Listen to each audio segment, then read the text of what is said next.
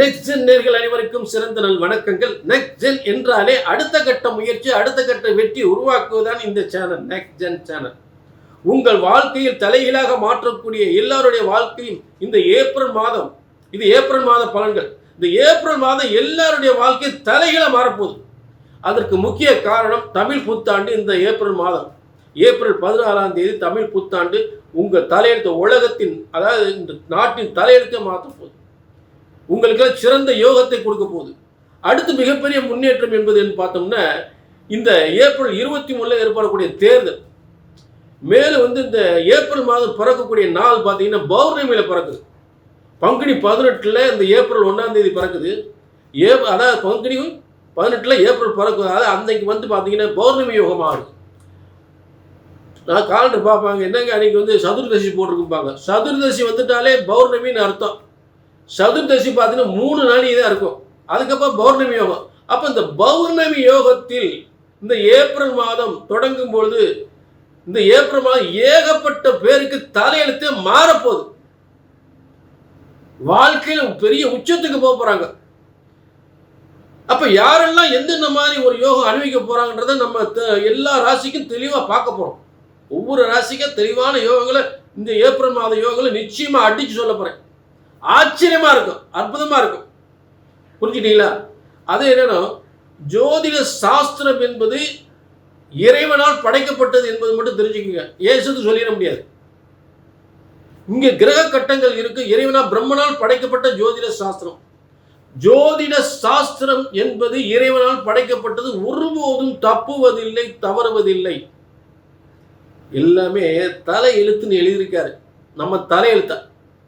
அப்போ உங்க ஒவ்வொருடைய தலையெழுத்து எப்படி இருக்கு அப்படின்றத உங்க சுய ஜாதகம் தான் தெளிவா சொல்லுன்றத தெளிவா தெரிஞ்சுக்குங்க.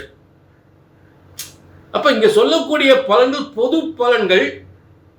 இதுல எந்த அளவுக்கு உங்களுக்கு நடக்க போகுது அப்படின்றத உங்க தலையெழுத்த எழுதியிருக்கார் பிரம்மன். ஆக பிரம்மனால் எழுதப்பட்ட தலையெழுத்து ஒருபோதும் தப்புவதில்லை, தவறுவதில்லை.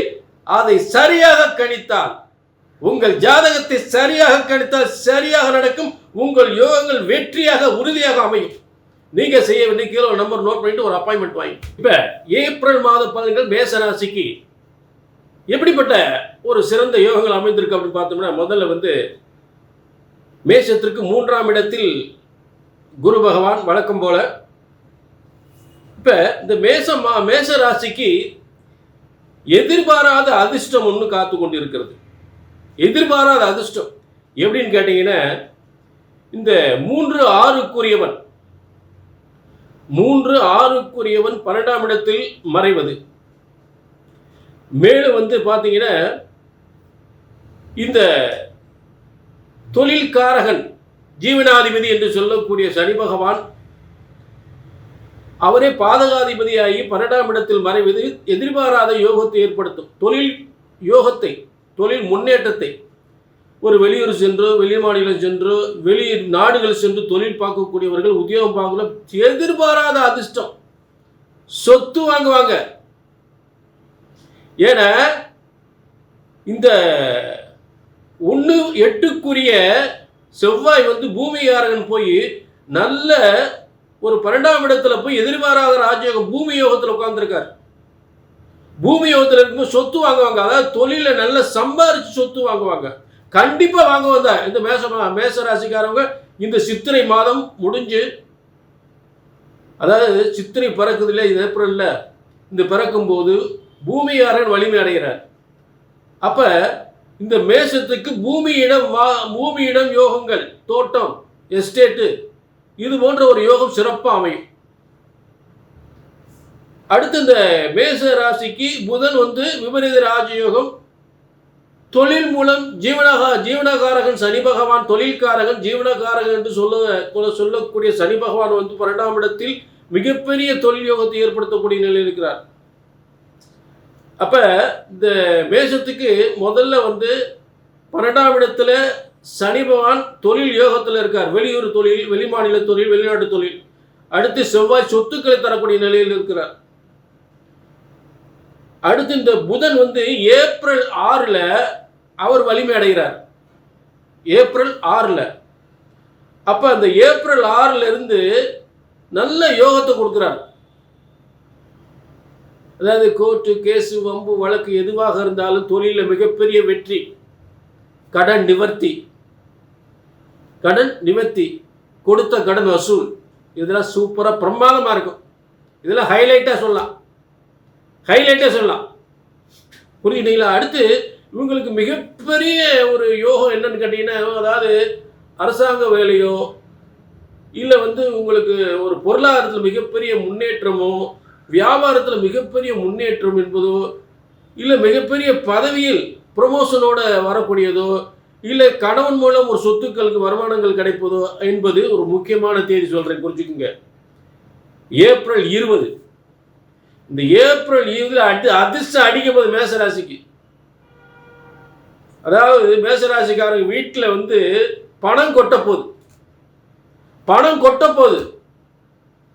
கணவனால மனைவிக்கு, மனைவியால் கணவனுக்கு மிகப்பெரிய யோகம் நிச்சயமா நடக்கும். ஏப்ரல் 20 பாருங்க, 20லிருந்து சூப்பரா இருக்கும். பண வருமானத்திற்கு பஞ்சமே இல்லை.